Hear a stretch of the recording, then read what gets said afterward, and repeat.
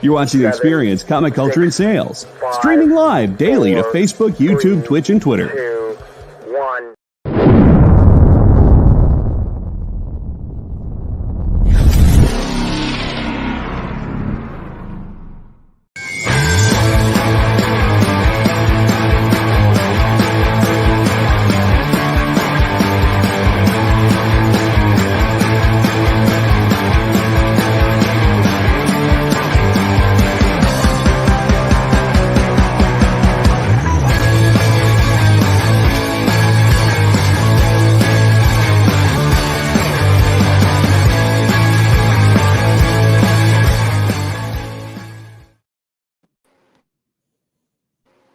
Hello, everybody.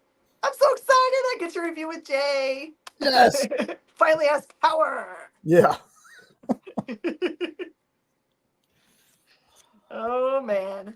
This week, it was so funny. I was describing it to somebody. I was like, well, you would think it's a slow week, but it's got so many good number ones. It's like there's no slowing down for comic books. That's for sure. There was a ton of surprisingly good books this week. Yeah. What's up, Justin? What's up, Triple B? Welcome in. I There apologize he that is. I'm on my my lonely phone today because I forgot my computer for work. So I won't be able to see anyone's comments. I'm just gonna have to assume you're all awesome and cool and sharing and liking. Castle. Oh, excited to talk to you later, brother. Mm-hmm. All right. Okay. Absolute Power has been totally killing it, y'all. It's so weird. I look at myself and I'm like, I'm having an out of body experience because I'm actually like people walking into the store. They're like, oh, I like Marvel only. I'm like, but have you tried this crazy series that DC's doing? You might jump in here. So it has we had Absolute Power 0 and 1, and then we've been doing Absolute Power Task Force 7 for like 2 or 3 issues. So this is our first back to main book for the storyline. Amanda Waller, for those that are following along, has basically taken all of the crazy stuff from the main storylines that were happening in DC before this all congealed together. And that includes Failsafe from Batman, the Amazos from Wonder Woman, and from the House of Brainiac, the Queen Brainiac. So this is way cool. By the way, I have an action figure from like the 10 years ago, like line that they had of Lady Brainiac, and I now love that figure because I understand her now. Okay, so in this one, you have basically Amanda's got like a big sign up or a screen up saying, you know, who she's already depowered down and has captured and put into prison, and who is she still hunting down. So our leftover heroes, which is like Superman, Wonder Woman, and some others. Wonder Woman also are hiding out in Superman's Fortress of Solitude, in which he has kind of made mention that he might have like a big doomsday. If everything goes crap, he can set off this device. And then it's really essentially them trying to make plans. Who's going to be... They realize that they haven't had the Justice League together in forever, so they have a hard time figuring out who's leading, who's following, and who's getting out of the way. And it's really cool in this book to see who takes charge. I'm super excited about that part. I'll let you discover all that good stuff. So this is really some big moves forward in terms of who's been captured, who you assume is on whose side, and why we might be wrong, or why we might see their minds change, and some heartbreaking stuff with John. You get to see some interaction between him and his new kind of like Brainiac up form. And it's just sad to see a dad not be able to do anything to help. So it's so cool. And there's also a Batman that ties into that book this week. just so if you're hunting it all down. Arkham Horror is not related to Batman at all, just letting you know. It's not. This one's kind of feels of an era. Think kind of like Cthulhu-esque, cultish reminiscings. So this is kind of one sister trying to hunt to find her sister's been she assumes captured for being used as a cult sacrifice, and they go and try to hunt down the cult members who have kind of disappeared. So this one's super twisty at the end, and also very scary. And I don't know. It's got cool bones to it. Very cool bones. You don't really know where it's going 100% until you get to the last page, and that's Cullen Bunn doing an amazing job. Is it really? So you guys already know probably all of the twists. Look away! Don't play the game first. My first thought is, why did they give Ursula guns? All right. So, since I haven't been on so long, let me explain. I will probably tell you nothing really remotely close to what the book is. I'm just going to tell you the stuff I like, and hopefully that excites you and you'll want to go out and pick this up. This one right here. The worst part about this book was that it was 124 pages, and I didn't have time to read it all. I was hooked by page 8. Before I knew it, I was on page 45. Wow. So, small spoilers, monsters. It's monsters. I haven't seen them yet. I don't know if they're just farther down in the book or we just don't see them. But like the title suggests, they're beneath the ground. So think Trimmer. It's kind of like Trimmers meets Pitch Black because they only attack at night. Yeah, and it really has like a Jaws feeling to it, where you see the attack, you see the aftermath of the attacks, but you don't see the shark. The art style was something else. It was like it almost felt like rotoscoped. The art style. I mean, I've never seen an art style quite like it in a book, but like I it had dug. luminescence. It was maybe. I'm not an art person. I wouldn't know. Other than rotoscoped and a few words, I know nothing about art. But I really liked it. I really liked it. So basically, if you're into horror, which most of our friends here are, suspense and monsters, you should pick this up because tonight when I get done, I'm gonna go back and finish this book. That's how good it was. So yeah, check this one out. Okay, I think that Kyle read the first book that was coming out from ECONI. I can't remember what that one was called, but this one is totally my jam. Back in the 90s, there was a book that came out that was kind of like this, where it was a bunch of little short stories. You thought you knew kind of where it was going, but it always was a little bit twist at the end, which made you really think. And this one is full chock-a-block full of those stories. Like the first one is kind of like a gladiator story where there's a guy that's basically, it looks like he's been like just stolen from his family, and he is, they're just making them battle each other. It's just like this. It's him and this T-Rex that's in a cage next to him, and it's him thinking through like, how long before I lose kind of my humanity, and I only think about the not dying, or go from the not dying, or I would need to get back to my family, to just looking forward to the next Bloodfest, right? And then you get to the last page, and it just really explodes your brain about who you thought you were listening to the inner dialogue of and who you were not. And there are 2 or 3 more stories that are just as impactful. I haven't read old school EC in a long time, because every time I get a book into the store, it sells fairly quickly. So I can't remember if that is the way that they were kind of like what was that old TV show that they play all of them on New Year's Day? Mystery Science Theater 3000. No. The one where it's the guys through the doorway. Well, I put in the chat that this kind of reminded me of a Crypt Keeper thing, where it's a bunch of short stories with one big through line tying them all together. Oh, yeah. Yep, there you go. Twilight Zone. Yeah, so it's like Rod Serling's saying at the end where you're like, you thought you know where this story was, but no. Made you think about yourself, haha. And there's some cool variants of that, by the way. They have 2 covers that are main covers, and then they've got a silver one and a gold one, and then some cool variants also. And then I think there's some store variants out there that are really neat.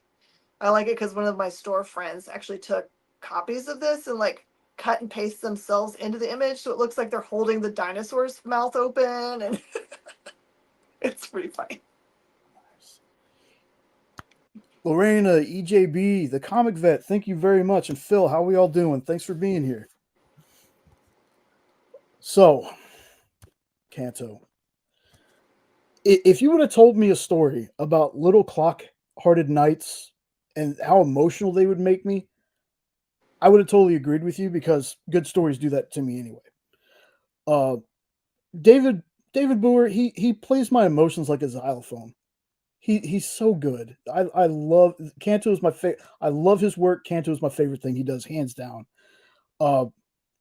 There's huge battles, high stakes, and proof that a heart doesn't have to be organic because Kanto has a ton of that. Mm-hmm. This book is like steampunk Wizard of Oz meets Little Engine That Could.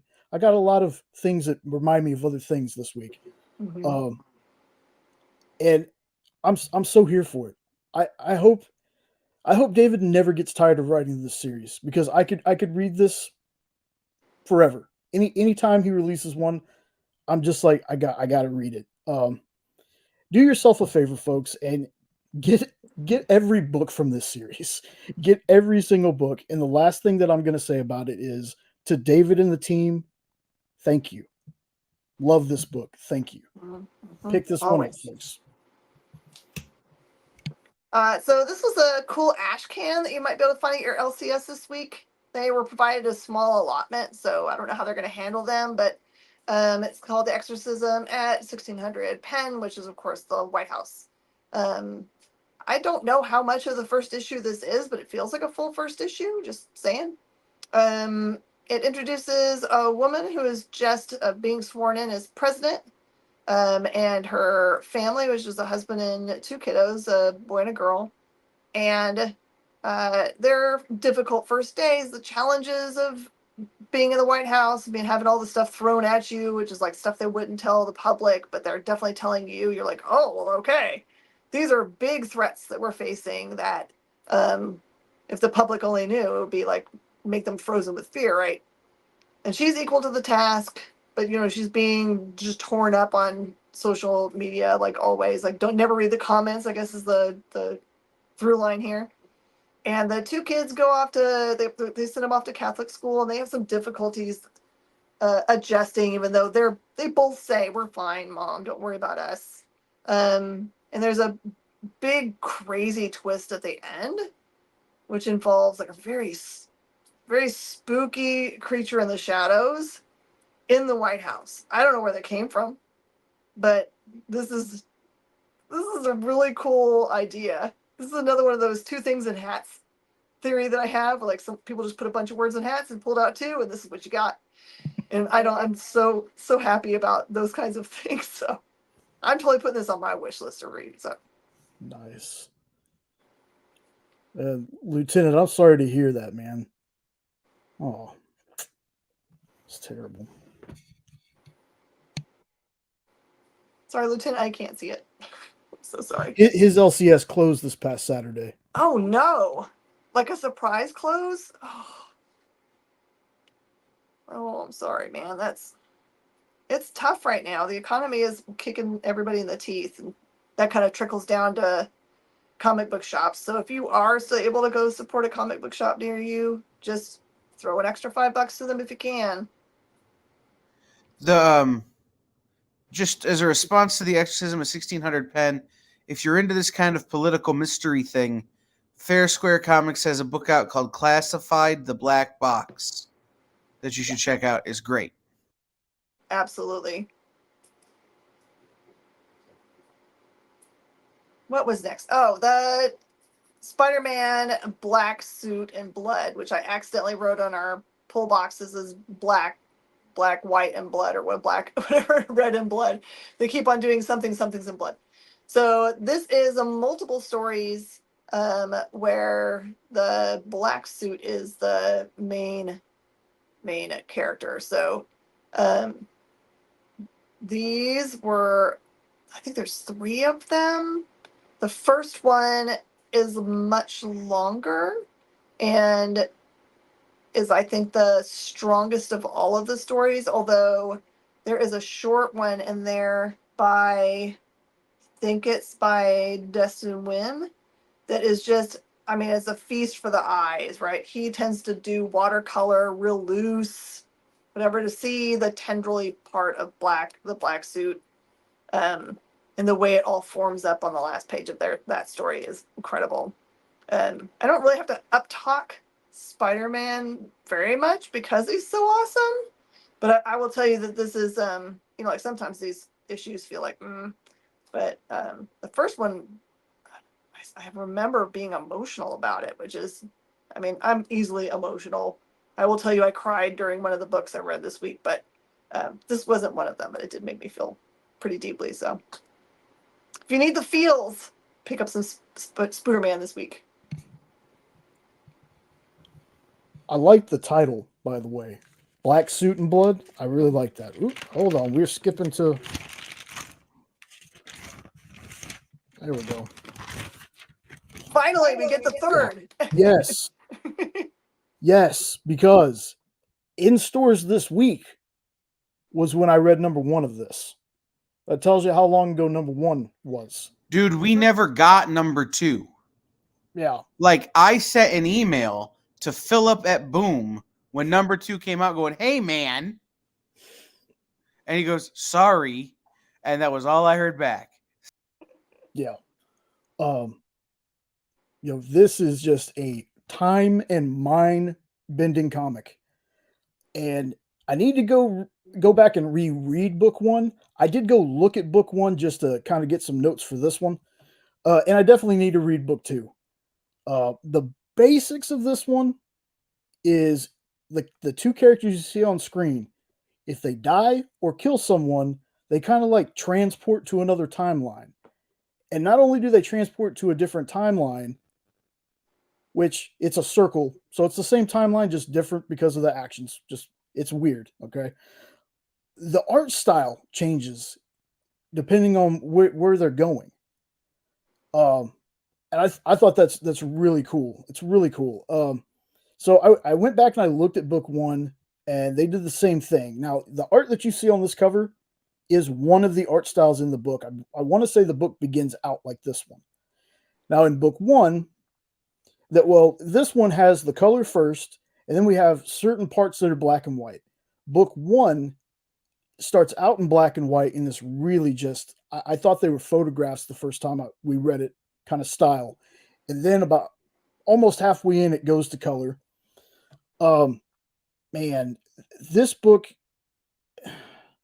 once you read it and see the art in this, you kind of understand why we're only on book 3, because this is time and passion, and the story is just excellent. This is a story that might seem familiar, but it's just different enough to where it feels like nothing you've ever read before. This was actually my favorite book this week, and this was a stacked list of books. Wait till you see the rest of the books I had this week. This was a stacked list of books, and this one was my favorite. So if you have not checked this one out yet, please give it a shot. Even if you don't read it, just look at the art in it, because this art is crazy good. Yeah, great book. Loved it. Just a heads up when you go see your LCS about it, they did announce this book is being in development, so it might be a little tougher to find. Just be forgiving of them. get it now if you can. Monster High. Okay, so mad shout out to my good friend Blair, who was one of my staff members for a long time and then went off to make us proud going to school at A&M. So way to go, Blair. Is obsessed with Monster High and bought the Monster High actual boots for one of the characters. It's like crazy. So most people have engaged with Monster High because of the cool like dolls or action figures that they make, because they have really cool clothes, like exceptionally cool clothes. And I think there might be a show, but I'm not 100% certain about that. But I will say you don't need to know any of those things as long as you understand. Like if you liked Wednesday as a show where there's a bunch of characters that are like have complex interactions with each other, and there's difficulty because they're, I guess, all teenagers, and or maybe they're in college. It's hard to tell because they're unknowable for age. It's just how they interact with each other. They're at school, but the school is made for monsters, monster girls. So, as is called, Monster High. But this is obvious that these characters have had interactions before, and they're kind of like getting over things that have happened to them in the past. In this book, there is a change of guard between who is the headmaster of the school. And that seems to be giving them either hope that it's going to be less strict, or doom that it's going to be more strict. Who knows? But anyway, this feels, I mean, I enjoyed it, and I am not a teenage girl, but it just feels like probably anybody that likes cool costuming or makeup or whatever. This is actually more cool than I thought it was going to be. I thought I was going to skim it like this and be like, I'm done, out. But I was like, ooh, what's she wearing now?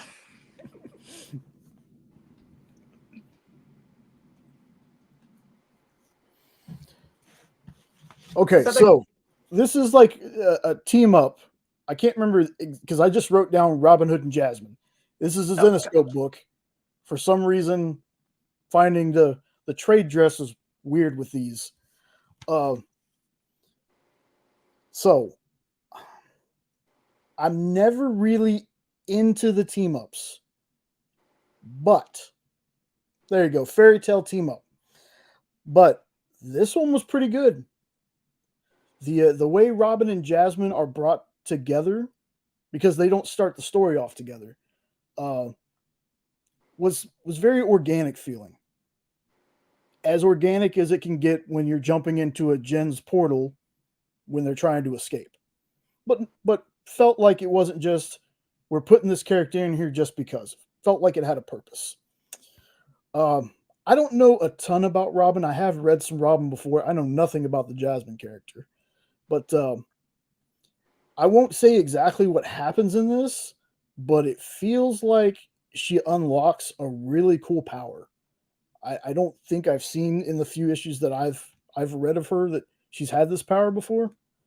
But so this one was a 48 pager, so I skimmed it, but the art was good. The story I got to in this was pretty good.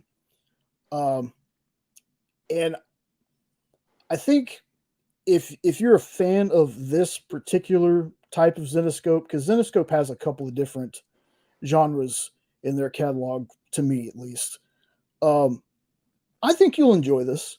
If you're a fan of the team ups and the not well superhero part of Zenescope, I think you'll like it. This one's going to get a hashtag not that bad from me. So if you're a fan, check it out. So funny. For half a second, I thought it was my Gotham City Sirens. It's just an alternate cover. Oh, this one was like... So for this book, I spent probably more than half of the book trying to figure out if what I was thinking I was seeing was what I was seeing. Because they just straight up introduce you to characters interacting with each other, who in the first few pages essentially say to each other, I can just destroy you. And seems like they're starting to light up to do such a thing. And then they start talking about other things and they get distracted. So what you figure out from this book, and it's not a spoiler because I think this is the pitch for the book, is that there are, I think, 5 beings of godlike power on Earth. And what are they going to do about that? Amongst each other and with us. But it mostly looks like from the first issue, it's not really them interacting with people at all, and mostly interacting with each other. And not all the time. So this jumps around for time period. It introduces it in 1966, I believe, and then jumps forward to 1999. And so you can see that they've somehow managed everything. So something's been going on. So I hope they go back and fill in those gaps. I like the characters they've introduced because they do make strafing runs on each other occasionally, like, shooting laser beams from space to cut people in half. Oops, that person's godlike and cannot be killed. You just piss them off. And this one, I just wanted to point out because Scholastic has been talking to us about this for a long, long time. I guess that Unico is super popular in Japan and already exists. It's a darling little unicorn who interacts with a darling little cat. She pisses off Venus, and it has to deal with that. It is every bit as cute as that front cover, and it is just for everybody. I will just say it's for everybody. This is going to sell billions of copies. I can already tell you because Scholastic already knows what they're doing, and this is going to be the next Dogman. Oh. Massive, yeah. I need to find action figures and plushies immediately. Oh, my heart. That's so cute. Wow. Oh.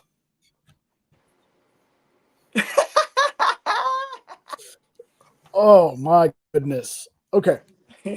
So I haven't watched the new movie yet, but Garfield holds a special place in my heart. One of my grandmas was a just Garfield fanatic. She collected everything Garfield. Yeah, no. Just let me get through it, Kyle. You'll okay? Now I say one because I was fortunate enough at one point in my life I had 3 sets of grandparents. So reading this gives me a little bit of a nostalgic feel of sitting at their house playing with my grandma's stuffed Garfields like I wasn't supposed to, but I did anyway. This book is exactly what you'd expect it to be. It's stories about Garfield napping, being as lazy as he can be, and just the general doesn't really care about much kind of feel that he has to him. And then you got Odie just being done with everything. This version of Odie just done with Garfield shenanigans. I loved it. The art style is great, but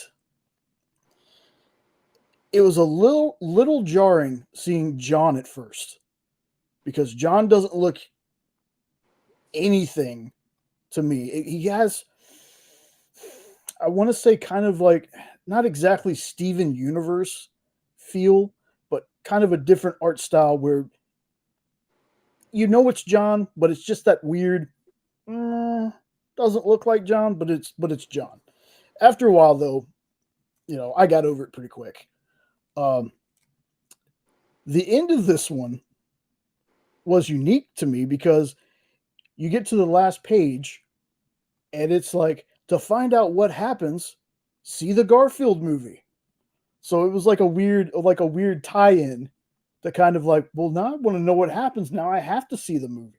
So I think that's pretty clever marketing on their part. This is a must pick up for Garfield fans, for kids, for anyone.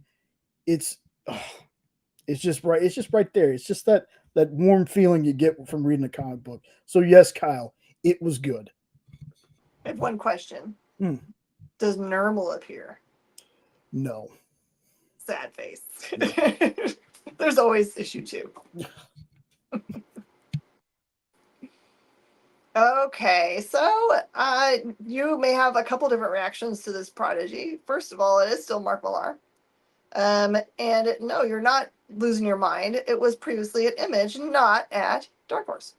So your brain might be telling you one thing and it's correct about what it's telling you. So Prodigy is an amazing story where I cannot wait for them to, like sometimes when you read something, you're like, this has to be something I can also consume in other media, please. Animated or movie or something. But I look forward to the books so much. So this is a story about Edison Crane, who is the smartest person on the planet and also is low-key super. So he is super fast and super strong. And I just he's kind of like Tony Stark, but not jerky and not hooked on drugs or alcohol, I guess. But he is hooked on himself. He's pretty full of himself, which is okay. And in this series, as you see the Mars mentioned there, it takes him back to kind of his childhood. You get to meet some of the other people in his life, including his brother and I think his dad, and a very bad guy. There's really no one ever that's really challenged him very much. And those very, very scary superhero things where like somehow a bad guy figures out how to kind of strip a character of everything. They're like for example, when Batman loses all his money and has to like figure crap out without having a giant corporation and trillions behind him. But imagine even worse, like if someone were using deep fake to make it look like you did something that you did not. This finds our main character by the end all kinds of messed up, and also there's something happening on Mars. So it's since Miss Jen can't see the comments, do you have to have read the original series to understand? No, it gives you enough to like. I think I learned more from this one than I did from the earlier issues about the character. So you don't. I mean, it makes you want to go back and read the other series to find out why he's in the circumstances that we find him in at the beginning. But also you could fool yourself and think that like, oh, well, this is like one of those movies that they're going to tell us later what that is. And it hasn't something that necessarily has happened. They're going to fill in the blanks later, which is the way it felt to me. So Castle also said, looks like you brought the pew-pews. Castle, that's why I don't roll up my sleeves when Miss Jen's on the screen. Guns out. I don't want to be embarrassed. Also, I messed up my rotator cuff, so that hurt. Oh. So the Goon. I know of the Goon. I haven't read much of the Goon. I know it's a great character, though. I dug this. There's a weird, but in a good way, art style. It's like some of these characters look hyper realistic, and then some of them are the most cartoony characters I've ever seen. But in styles that should clash, they complement. I didn't know. My bad. Yours will be better, Kyle. I just talk about Kyle's like I'm doing the book that he was going to do his rapid review on. But your review will be better. We all know how much I love the Goon, dude. I know. Lost my train of thought. Okay. So it's funny, it's violent. There are zombies that don't bother me in this one. Just because how they're used, I thought was interesting. My only small gripe, and it's just it's a personal thing because of people in my life. It's in black and white, and I don't know if the entire series is in black and white, or to keep that 1930s to 40s feel to it, or if it's just like selected issues. But just putting out there for my folks that can't see black and white too well. Other than that, I thought it was really cool. I really dug it. So I'm excited to read more, and next time I'll read it on my own instead of doing the review on it. Yeah, he tends to work in kind of like color washes. So less like each individual thing has a color, but like the whole page is in green wash, that kind of thing. All right, Red Before Black. Well, crap. Can I remember exactly what this is about? You know, it's the last book that I read, and I was all like, I hope I get back in time. From the way I remember it is that these two characters interact with each other in a way that makes you wonder, hey, are these two guys gonna hook up at some point? Unsure. Oh yeah, these guys are like, one of them is a big cheater. Okay, so the one with that's trying to light up, finds themselves going and trying to like, they've been tasked with like transporting drugs or something. The other one with a gun just got out of prison and immediately goes, to the underworld and says, "Hey, I'm available. I got to have work." And they're like, "What are you here for? What kind of work do you think I'm gonna be able to give you?" She's like, "It's what I do best. Pew pew." So their lives intertwine in a very interesting way. So I'll say, if you like the underground, seedier side of everything, this will be your jam.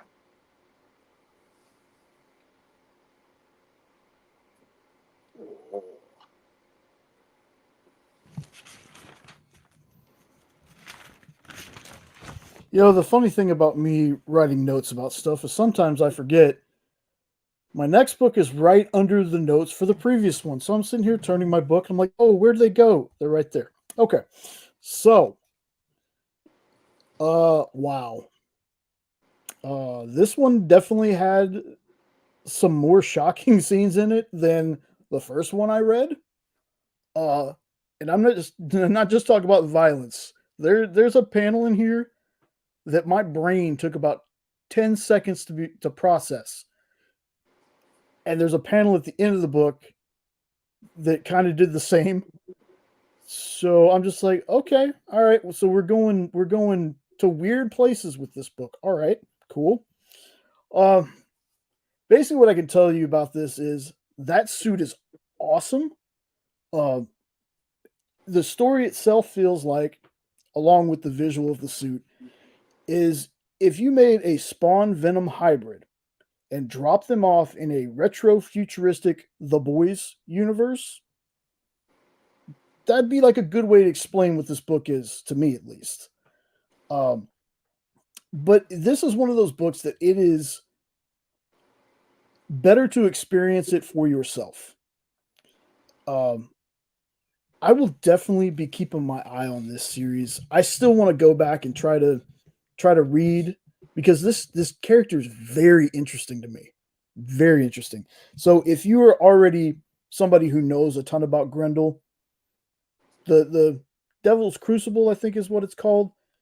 This is a good series, especially for like somebody who's never read the book before. I was like, okay, this is really cool. I saw it. I was like, okay, as long as it's on the list, I'm going to choose it.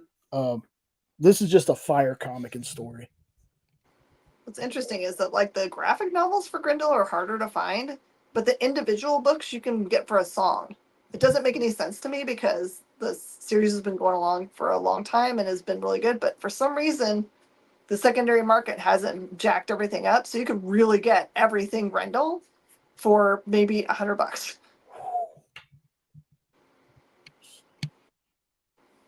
Gotham City Sirens. I don't know what's going on. Harley is going through, I think, the park, and all of a sudden, bison are stampeding through. She's trying to figure out what the heck is going on. She ends up back with Ivy, who is feeding her. I don't even know the big piranha plant's name, but they have a big piranha plant together, of course. This is just like all of the trippy stuff. There's things that are going on. It's all the girls being bad. And I can't tell you, there's another bad girl that's part of the Batman universe who shows up at the very end, who clearly has a hand in what's going on. I've been waiting for this other character to kind of show up in a more important way, so I'm super excited. And the art is just killer. Like every page, I just like, yes, all of this.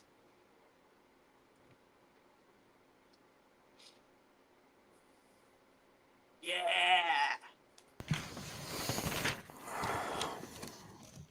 I might have to stop reviewing this book Why?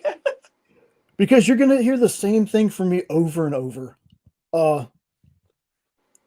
In my opinion, this is one of the best books Dynamite has out there. Now that tier is razor thin, with all the awesome stuff coming from them, all the Hanna-Barbera Saturday morning cartoon kind of feel that's coming from them. But this book is just they have a character that, like I've said before, I've totally missed as a kid, and I know Johnny Quest and all of them, so I have no idea how I missed out on this character.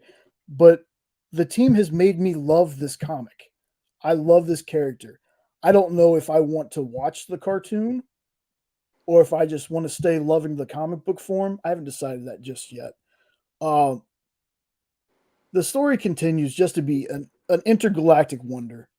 And Jonathan Lyle's art is just mesmerizing, and just it makes you appreciate the talent that our fellow humans have. Mhm. It's just out of this world amazing. I can't believe that there are people out there that can do art like this. It's insane. I'd really love somebody who is a fan of this character, like the cartoon aspect of it, to to talk about this book, because I have zero doubt that I'm missing a ton of like Easter eggs and callbacks and things like that just because I don't know the character. But um, once again, David Pepos and team have made me a fan with this book, and I cannot wait till this thing gets traded so I can just read it all over again. This book is amazing. Uh, there's not much more I can tell y'all, folks. If there's, for some reason, if there is anybody on the fence about getting into this series, just take the shot, because I don't think you're going to dislike it one bit. I think if you've never read Space Ghost, you know nothing about Space Ghost. I didn't either, and I love this book.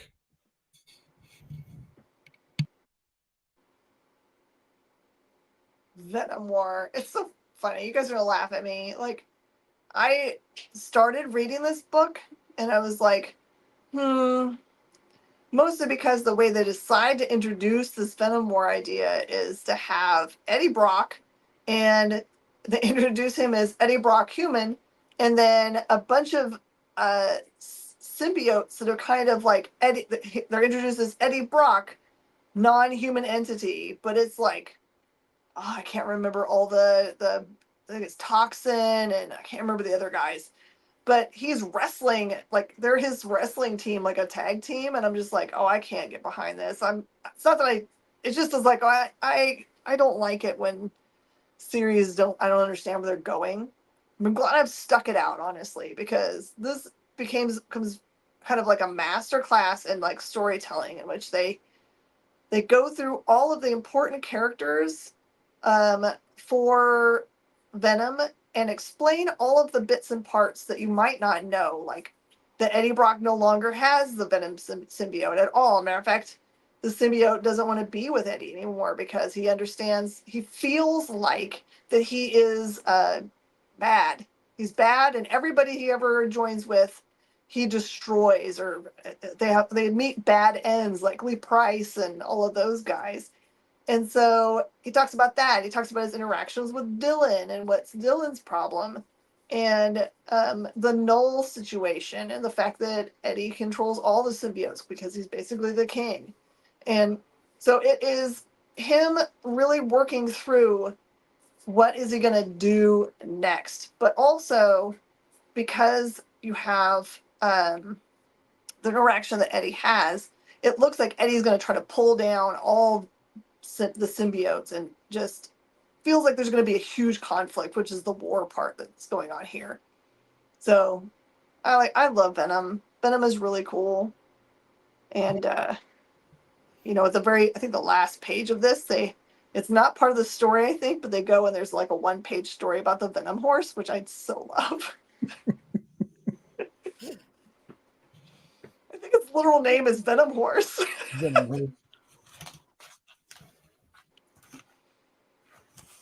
Oh, Gail Simone, why you gotta make me cry? Like, this is the book that literally made me cry this week.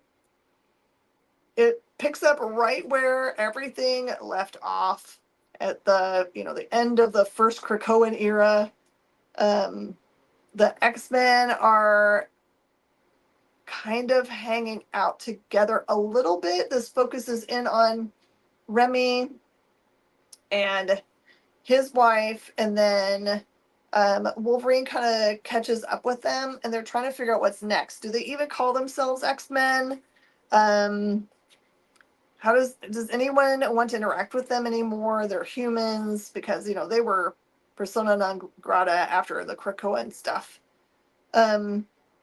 So this one has a sweet little interlude where, it has a giant battle with basically a giant green dragon. That's important because there's something that happens during that battle that Remy gets to pull off that allows him basically to have like almost like a favor from this being.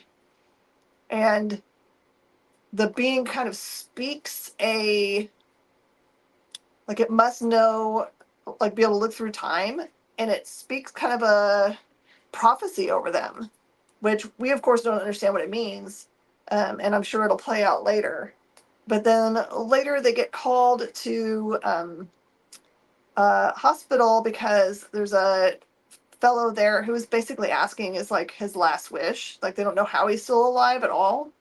And they say he is a mutant, but really low level psychic mutant. Like if, Prof X was a 10, this kid would be a 1. But there is something kind of crazy that happens during their interaction. I think something really bad has happened. Really bad. That they're not addressing yet. And I just so thankful for I love through lines. You guys know I love through lines.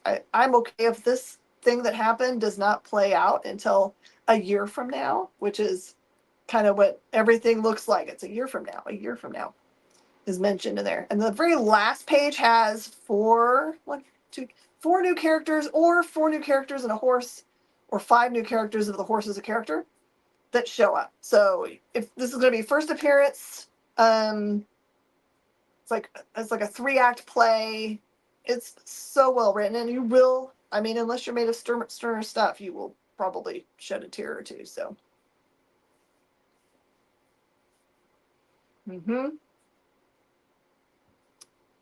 Yeah, because Rogue touches more than one person. Rogue touches also Wolverine in this book. So I don't know if something changed. I can't remember whether she dies and is resurrected on Krakoa, and maybe they genetically changed something. Or I saw that also happen, and that also made me be like, how is this possible? Because I feel like she is touching skin to skin to them. So I also have that question.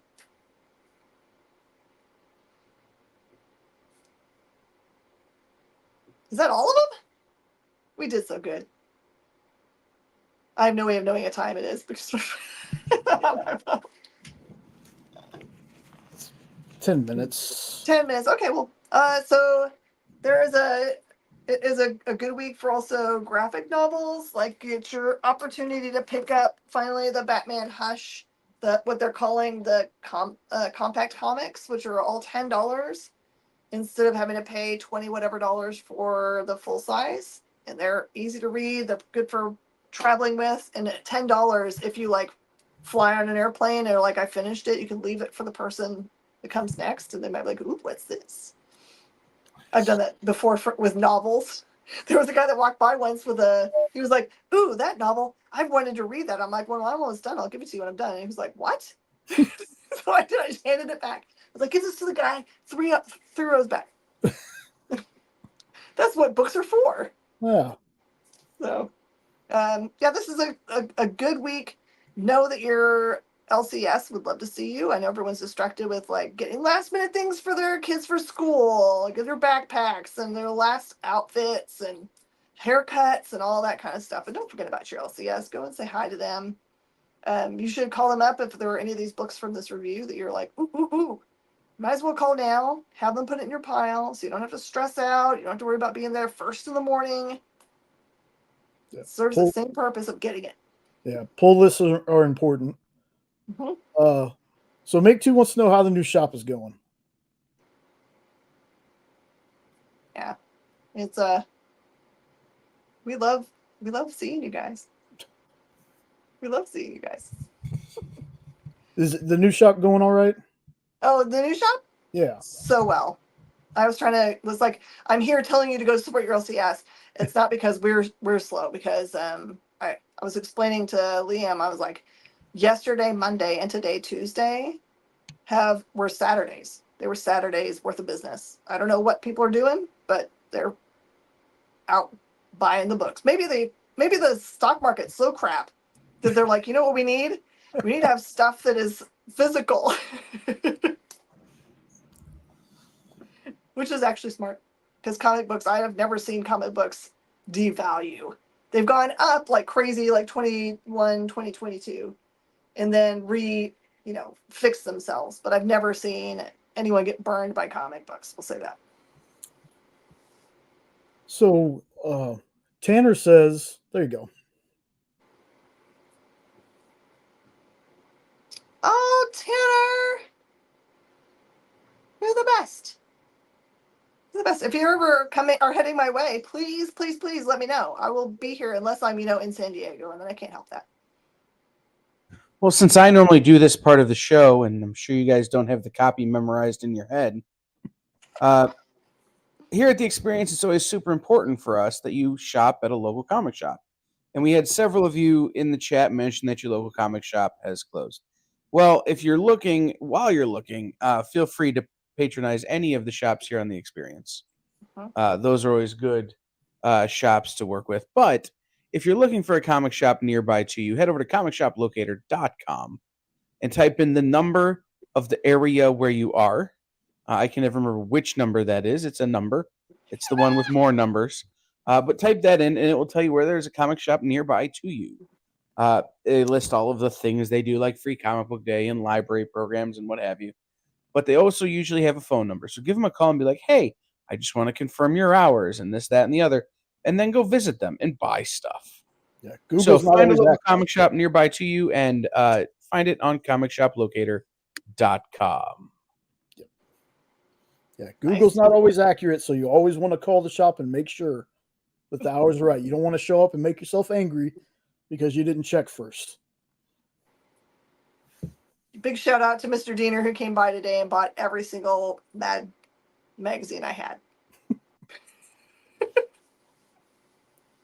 Good to see you, man. All right, thank you guys so much for joining us this week. We'll be back next week with cool reviews, which it'll be either Jay or Kyle. I think they do some wrestling to decide who gets to come on.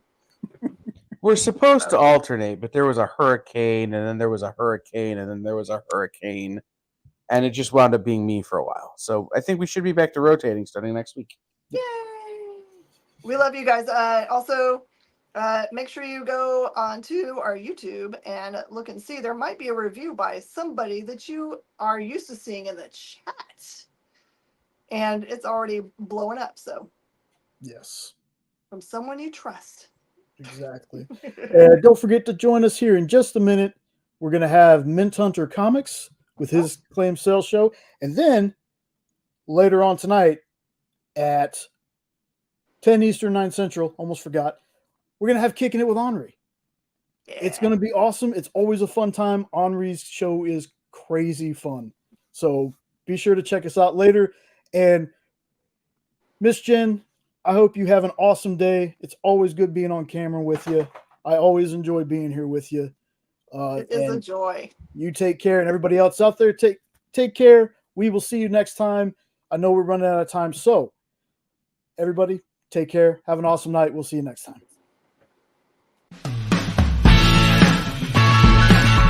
Join the party. Head over to our link tree to find all the links for everywhere the experience is all the time.